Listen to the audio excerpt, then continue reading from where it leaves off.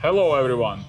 Today we have a very special vehicle here, a BMW X5. Notice how this tire is worn out on the outside. That's because it used to be on the inside. The guy decided to extend the life of this tire for a little bit because he doesn't have time to do the subframe repair. The reason the camber is so off is because his subframe has cracked and moved, and now the camber is very negative. I'll try to show it to you if at all possible. You can see how sideways it's standing. You can probably see it right now.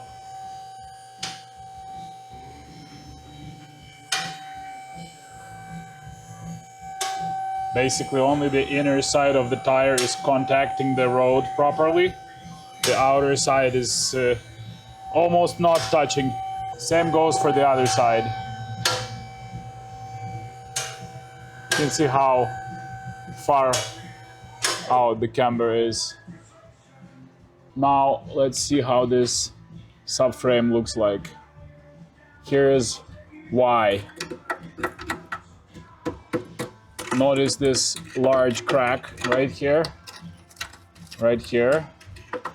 This is now almost completely separated from the subframe, this end. So the subframe is just moving freely back and forth, and he's still driving it. He's a very brave man, but we are going to replace this subframe just about now. Many hours later. We're gonna show you how to do alignment on a BMW X5 2003 model. Our alignment specialist Andriy is gonna do the whole procedure and we will follow him. First of all, we draw on the turntables like so. Front wheels. Rear wheels don't need to be on anything sliding. This machine allows the vehicle to be just the front wheels on the turntables. Here is the alignment machine. It's called Ravioli. It's Italian designed. It's got the 4 mirrors that go on each wheel. It's got the main screen on the actual machine. And it's got the tablet for checking the angles remotely. Now we're gonna hang the mirrors on each wheel.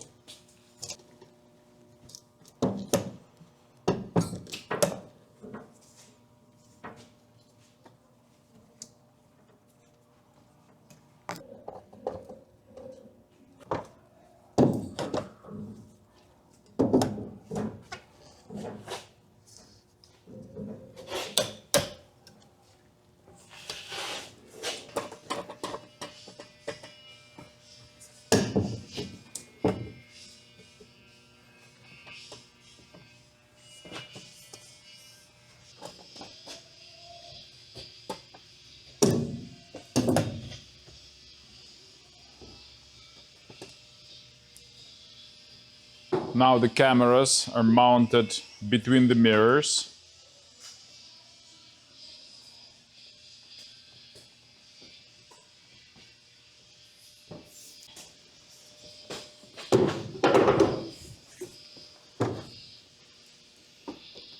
And turned on.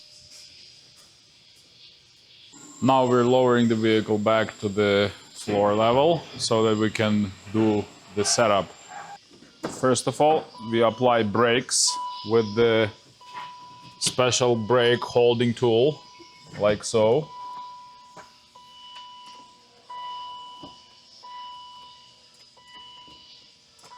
Now we select the vehicle from the list of vehicles so that we can get the alignment specs for this vehicle.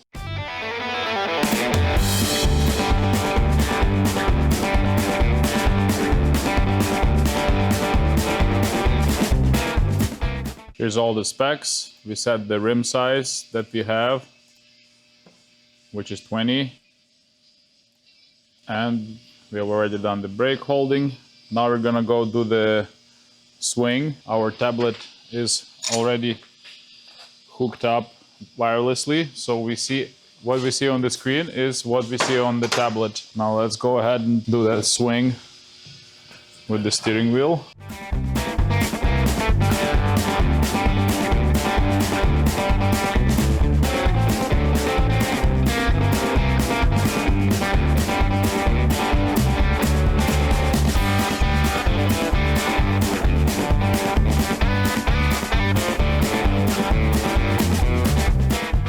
All right, now we have our readings. This is the rear, that's the front.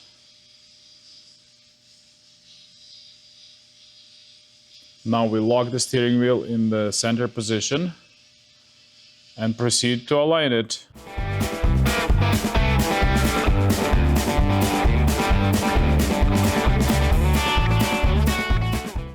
And lifting up the vehicle to do all the necessary adjustments.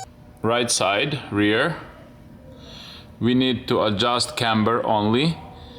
It's negative 2.21 degree. We need to move it to a little more positive. That's the best we can get on that right side. Yeah, for adjusting anything more, we need to get some different upper control arms, a little longer, maybe adjustable ones. These ones, we need something else. So for today, we're not gonna go any more positive because it's not possible. So we're gonna adjust the left side toe because it's negative 4.8 millimeters. We need to make it positive 2, I guess, or maybe a little bit less than 2. Here is the eccentric. We gotta turn the upper eccentric here. That's for the toe adjustment.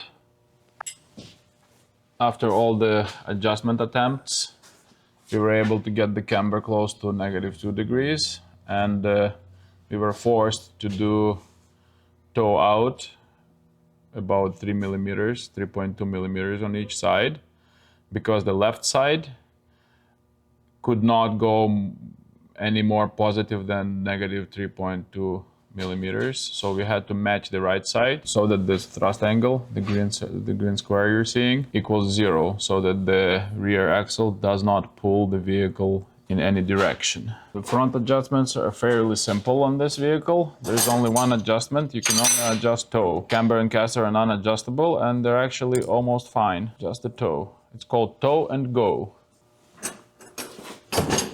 Lose that jam nut on both sides.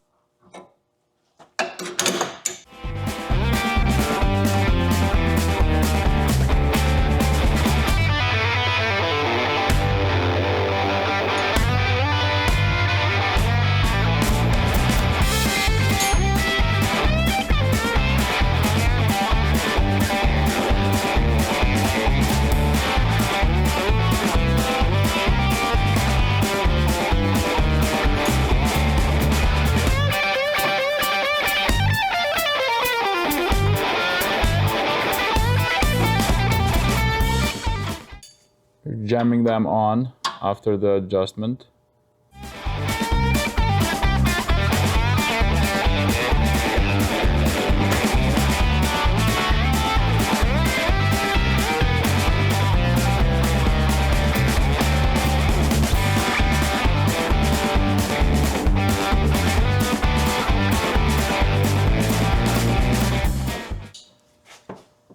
Nearly perfect toe in.